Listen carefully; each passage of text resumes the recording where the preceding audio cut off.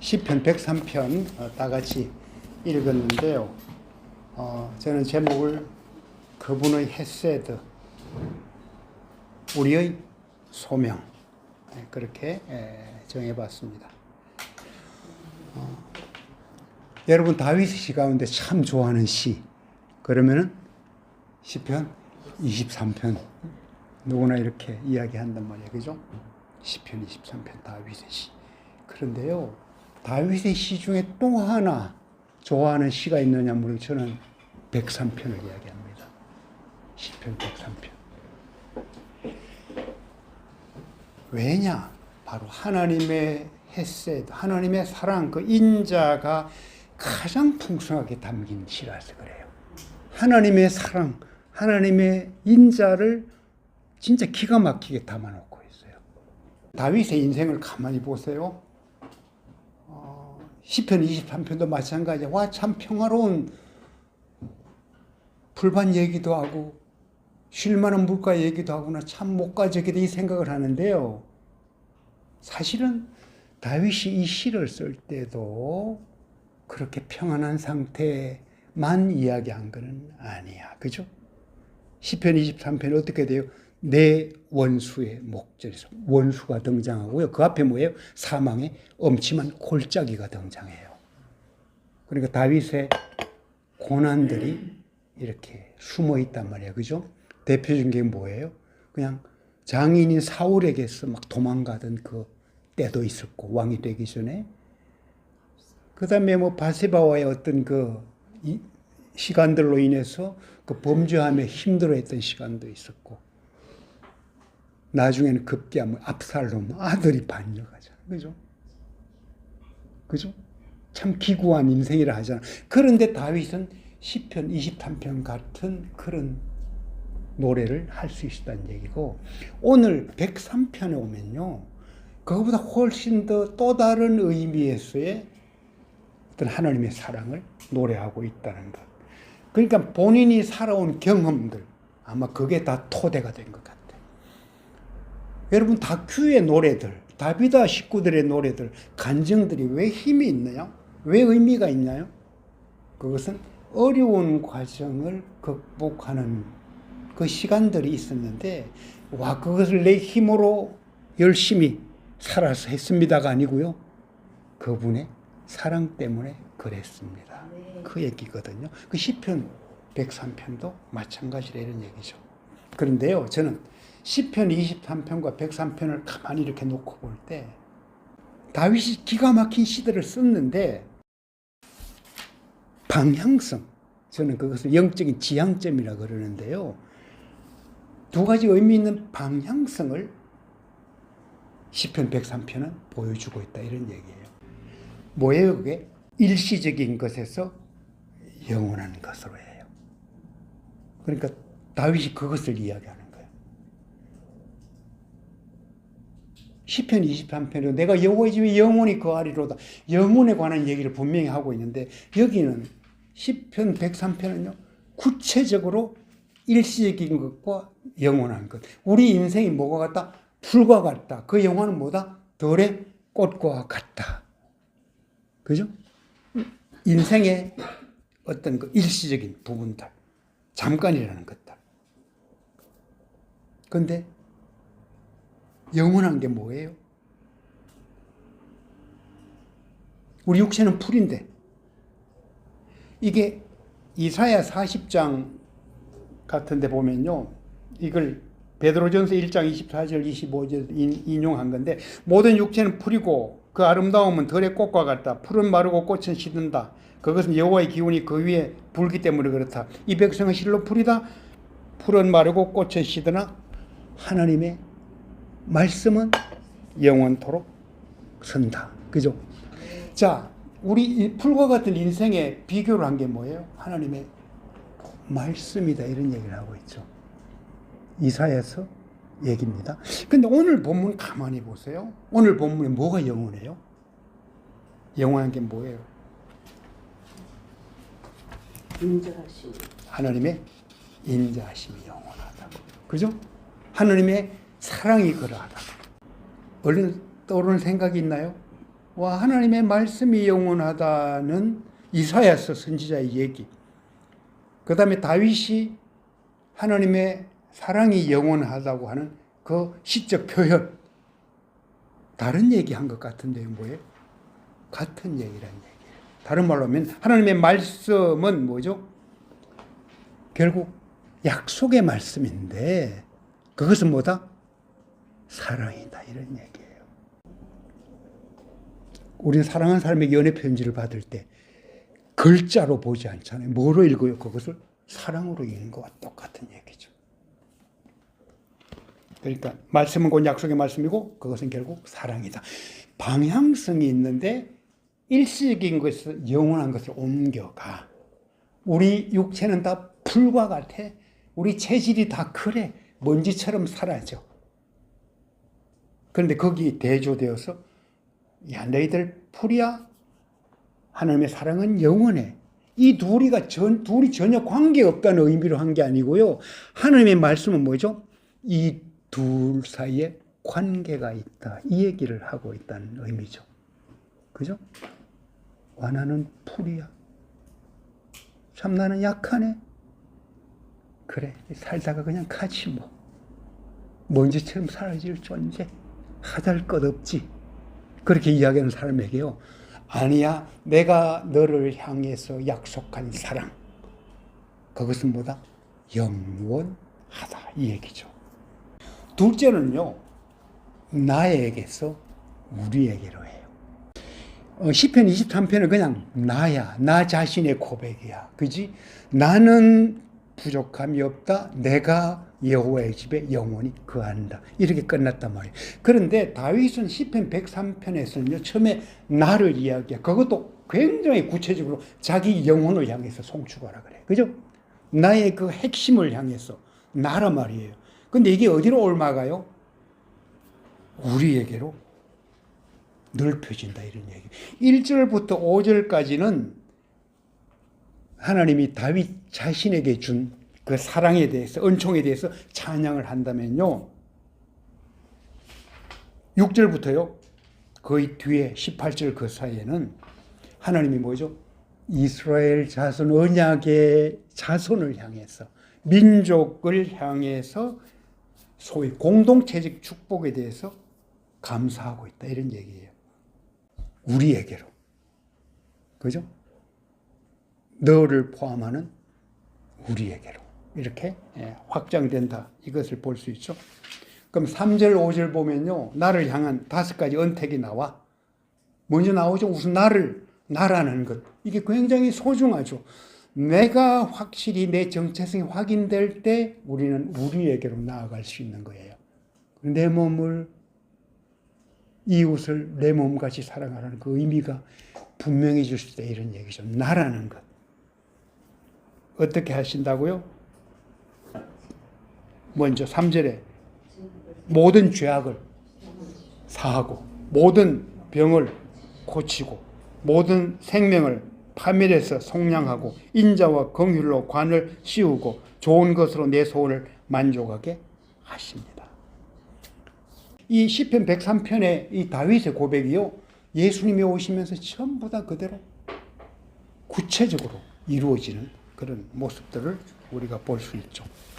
정리할게요. 2가지 지향점이 있어, 영적으로. 하나는 뭐지? 일시적인 것에서 영원한 것으로. 그죠? 일시적인 것에서 영원한 것으로. 풀과 같은 인생. 그 영화로움, 그 꽃의 영화로움, 그것도 그냥 사라져, 잠깐이면. 근데 진정한 샤론의 꽃 예수님이 오셨대. 영혼으로 바꾸었대. 그리고 우리는 나 자신의 신앙, 여기에서 머물지 않고 이게 이웃으로, 우리로 확대되어 가는 것. 그게 교회의 비밀로 연결된다, 이런 얘기죠. 자, 그럼 이 2가지 방향성에 또 하나 생각할게요. 이 둘과 연결해서 굉장히 소중한 우리가 붙잡아야 할 영적 비밀이 있다. 그게 오늘 제가 제목으로 정한 건 뭐예요? 하나님의 헤세드와 우리의 소명이에요. 그러니까 하나님 입장에서는 헤세드고 우리 입장에서는 뭐야? 소명이라는 말로 표현할 수 있을 것 같아요. 하나님의 헤세드 뭐예요? 이게 출애굽기 34장 6절 7절 보면요, 그 나온 얘기입니다. 자비롭고 은혜롭고 노하기를 더디하고 인자와 진실이 많은 하나님.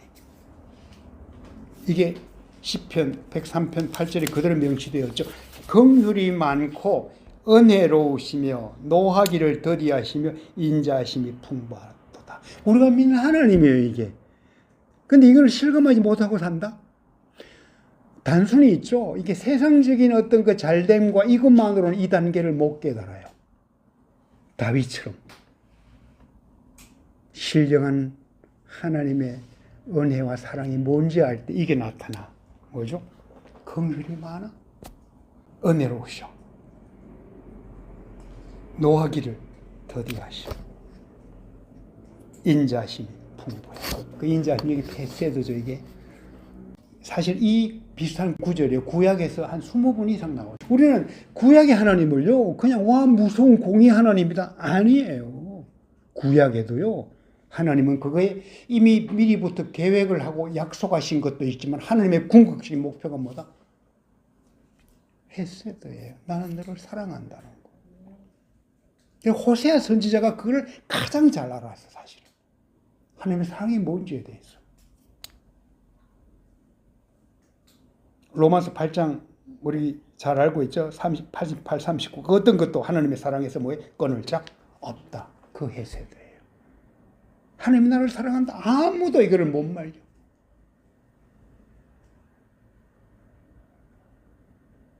그래서 요한 1서 4장 8절. 요한은 어떻게 해요? 하나님은 어떻게? 하나님은 사랑이라고. 하나님은 사랑이라고. 그 속에 모든 게 다 집약되어질 수 있다, 이런 얘기죠. 하나님은 자녀를 불쌍히 여기는 아버지라고 그랬어요. 그 긍휼의 정도는요, 어떤 실수, 어떤 죄, 그것도 능히 지울 수 있는, 우리 어떤 상처, 그것도 치료할 수 있는 것이다. 그죠? 하나님이 우리를 향한 긍휼이 십자가상에서 가장 아름답게 빛났고요. 부활을 통해서 뭐죠? 내가 너를 긍휼히 여긴다. 내가 너를 살린다. 나는 모든 문제를 해결한다. 그것을 다 보여주신 분이라는 것. 그죠?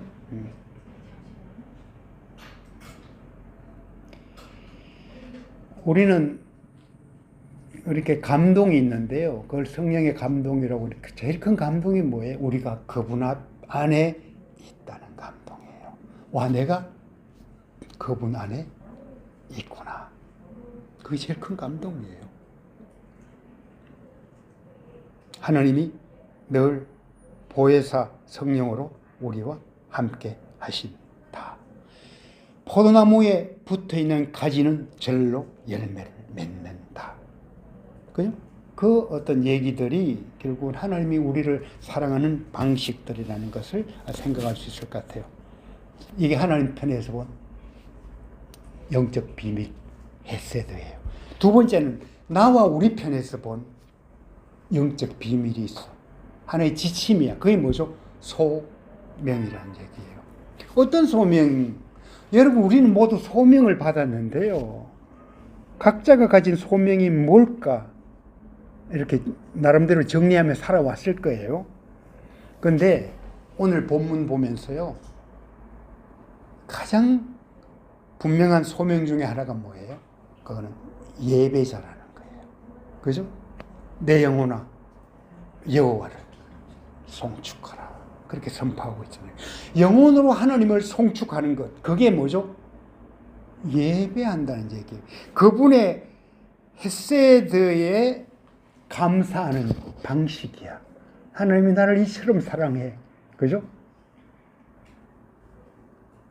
하나님이 세상을 사랑해서 그분은 독생자를 주셨고, 우리는 뭐예요? 그 사랑을 찬양하고 송축하는 것, 감사하는 것. 예배 찬양 이런 말 들으니까 우리는 어떤 하나의 떠오르는 어떤 하나의 그 그림들이 있단 말이야. 그죠? 우리가 교회에서나 이런 데서 하는 어떤 그런 예배자의 모습. 성가대를 하고 또는 어떤 하나의 참 경건한 모습으로 예배를 드리고. 근데요, 예배자라는 얘기를 적어도 다윗은 참 예배자였거든요. 다윗이야말로. 다윗의 예배의 모습의 기본이 뭐예요? 내 영혼아 여호와를 송축하고 그 언택을 잊지 말라. 뭐죠? 하나님 생각하는 거야. 하나님 품는 거야. 하나님 사랑하는 거야. 교회 가니까 하나님 앞에 내가 가니까 저절로 그분을 바라보는 마음이 막 내 속에서 일어나고 그분을 찬양하고 싶어. 그죠? 그게 예배라는 생각을 하게 되죠. 또 하나는 뭐죠? 위로자예요. 위로자예요. 다시 말해서 뭐죠? 상처 입은 치유자로 오셨던 예수님처럼. 예수님이 채찍에 맞고 못 박히고 하면서 뭐죠? 우리가 나음을 입었고 죄사함을 받았다 이 얘기를 하잖아요. 그죠? 창립 25주년에 만든 내 백성을 위로하라. 진짜 저는 이 찬양 좋아해요. 하나님이 이사에게 주신 명령이야. 그죠? 그 명령을 할 때 무슨 얘기를 들었어요? 모든 인생은 풀과 같고 그 영화는 꽃과 같아. 풀은 마르고 꽃은 시드나 말씀은 영원해. 그 말씀을 어떻게 해석하라고요? 다윗의 버전으로 가면 사랑은 영원해. 그죠? 오늘 보면은 뭐지? 바람이 불어오면은 다 뭐야? 시든다고. 다윗이 그렇게 표현했어. 꽃은 시든다고. 풀은 마르고 시든다고. 그죠? 제가 그런 이미지들을 담아서 만든 노래가 내 백성을 위로하라예요. 너는 혼자가 아니다. 나에게서 우리에게로 가는 그 비밀을 알아라. 하나님의 마음을 담은 최고의 위로의 말, 그거를 제가 시로 표현한 건데요. 노래 중에 제가 참 좋아하는 시어가 뭔가 하면은 인생이란 덜풀의 짧은 노래예요. 인생이 덜풀의 짧은 노래야. 긴 노래도 아니야. 그냥 덜풀이야. 그런데 결과가 어떻게 돼요? 하나님이 그 덜풀 같은 인생에 뭐예요? 영원을 부여하셨다. 그 얘기예요. 하나님의 영원한 사랑 헤세드가요, 우리 입장에서 볼 때는 뭐예요? 영생이에요. 그죠? 요한복음 3장 16절. 그렇죠? 그분의 헤세드가 우리에게 영생으로 그 약속이 은혜로 다가왔다. 그 얘기죠. 우리는 오늘 참 영적인 지향점, 방향성이 뭔가를 시편 103편이 명확히 이야기를 하고 있는데 결국은 일시적인 것에서 영원한 것으로 이렇게 넘어가는 것.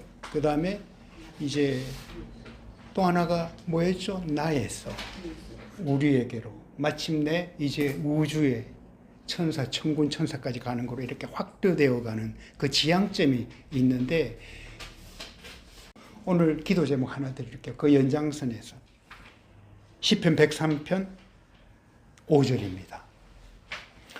사실은 우리가 이 기도를 제대로 들으면 진정한 저는 예배자가 될 수 있고 진정한 소명자가 될 수 있다고 봐요. 5절 뭐죠? 좋은 것으로 내 소원을 만족하게 하사. 이 얘기예요. 하나님 좋은 것으로 나의 소원을 만족하게 해 주십시오. 하나님 좋은 것으로 내 소원을 만족하게 해 주십시오. 가장 좋은 게 뭐예요? 여호와지. 구원의 하나님이지. 그죠? 그것으로 만족할 수 있게 해 주십시오. 그러면 예배자가 되고 진짜 아름다운 소명자가 될 수 있단 말이죠. 그 만족하게 되면 뭐죠? 다른 사람들을 향해서 내 손을 내밀고, 그죠? 내가 그 사람을 붙잡아 줄 수 있게 된다. 이런 얘기죠. 자, 하나님의 최종 목표는 뭐예요? 내가 만족하는 거예요. 내 소원은 이런데 하나님 뭔가 달리 생각하는 것 같아. 그럼 어떻게 하는 게 지혜인 줄 알아요? 와, 이건 하나님 생각 좋은 게 아닌가 보다. 내 좋은 것을 빨리 바꾸자 이거예요. 우리는 있죠. 이 기도를 중보기도에 저는 가장 중요한 부분이 저는 이거라고 생각해요. 하나님의 뜻이 뭔지를 헤아리는 것보다 절대 먼저 앞서가면 안 돼요. 그냥 그건 떼쓰는 거지. 어린애가 아마 나 말이야 사탕 살란 말이야 한 트럭 달란 말이야 사탕 다 먹고 죽을 거야. 이렇게 부르짖는 애와 똑같단 말이에요. 그죠? 근데 하나님은 뭐예요? 그런 애를 만족해 주는 방법이 뭐예요? 그래 좋다 두 트럭 줄게가 아니죠. 안 주는 거지. 그죠? 여러분 잘 아는요 성경 암송 중에 저는 이거 반드시 암송하세요. 하박국서 3장 17절 18절. 비록 무화과 나무가 무성치 못하며 뭐죠? 포도나무에 열매가 없으며 감람나무에 소출이 없으며 우리의 양이 없으며 밭에 먹을 것이 없으며 외양간에 소가 없을지라도 나는 여호와로 말미암아 즐거워하며 나는 구원의 하나님을 인하여 말미암아 기뻐하리라. 아멘. 그죠? 우리는 이 단계까지 못 가요. 내 소원 좋은 것으로 뭐죠? 내 소원을 만족해 하세요. 이럴 때 내 소원이 좋은 것인가?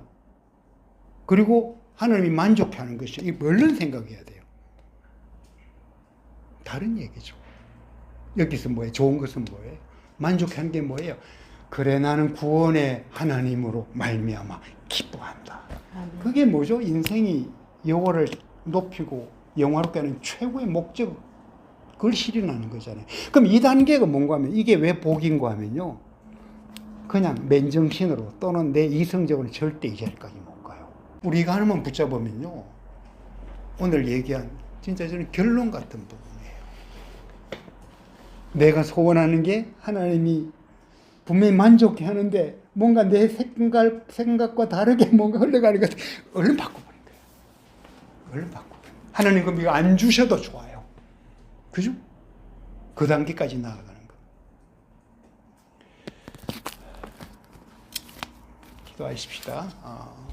하나님 좋은 것으로 나의 소원을 만족해 해 주십시오. 내 소원이 하나님의 뜻에 맞는 소원 되게 하시고 내 하루하루의 인생이 만족한 삶이 되게 하는데 구원의 하나님 여호와로 말미암아 기뻐하는 나의 하루하루가 되게 도와주십시오.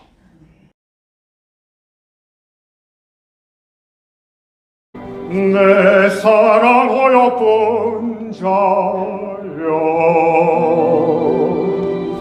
일어나서 함께 가세 내 사랑하였던 자여 일어나서 함께 가세 하얀 소리 하늘도 작은 꽃잎 덮을 때 수실바람 불어와서 여린 둘이 시든다 마른 갈대바람 끝에 떨면 들거리는 인생이란 들풀에 짧은 노래 꽃은 시들고 푸른 마르다 주의 말씀 영원하리 상처 입은 치유자의 숨결 온 백성을 고치리라 내 백성을 위로하라 내 백성을 상한 갈대 손에 손잡고 순백에 춤추